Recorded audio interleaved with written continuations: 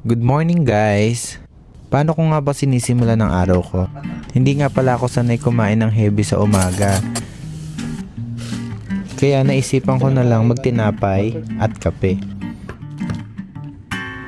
At nung matapos nga ako magkape, bumaba na rin ako kaagad ng building para i-start yung aming sasakyan dahil everyday naghahatid nga pala ako sa opisina.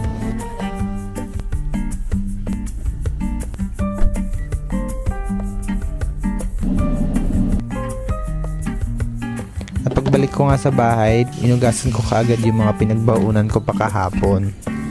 And then nagtapon na rin ako ng aming mga basura. At kain naman nga, meron kaming garbage chute sa harap mismo ng aming pintuan. Dahil lagpas alas 9 na nga, agad-agad na ako nag-prepare ng babaunin ko para sa aking trabaho. At nagayak na rin ako ng aking susuotin. At pag 9:15 nga, dapat naliligo na ako niyan. Dahil 9:30 dapat nakaalis na ako sa bahay dahil kapag umaga, traffic sa kalye. Siyempre, dapat huwag kakalimutan ng ating keli-keli. At pagkatapos ay nadagdagan pa nga ng prutas ang aking babaunin. Tara guys, samahan nyo na ako papasok sa aking trabaho.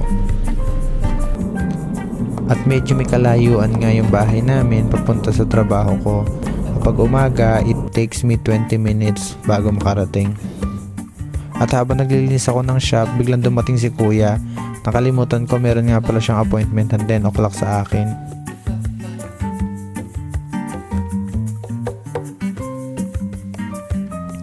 At kumain na nga ako kaagad pagkatapos ko siyang gupitan. Kagandahan dito sa amin, meron kaming microwave so yung mga baon namin naiinit namin bago namin kainin.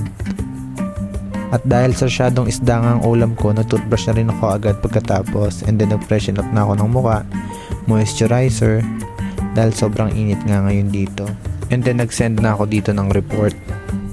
Naalala ko nga pala may appointment ako ngayon sa dentista ng 2:30 PM.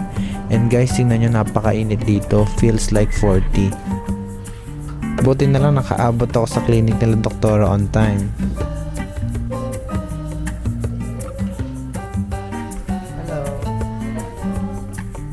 Sakto ba ako? Thank you. At dito ngayon naghintay na lang akong tawagin ako ni doktora.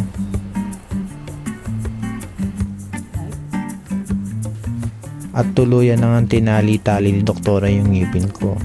At pinalitan na ng rubber, pati ng kulay. At after nga matapos ng 8 oras kong pagtatrabaho, finally, nakauwi na ulit ako.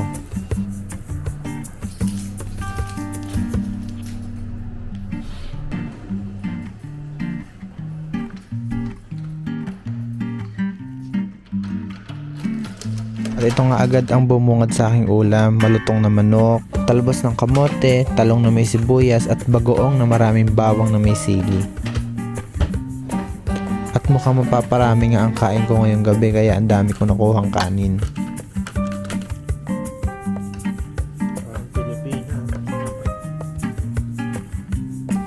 At nagbihis na nga ako guys para makapagpahinga na rin ako at medyo nakakapagod ngayong araw. Good night guys. Bye.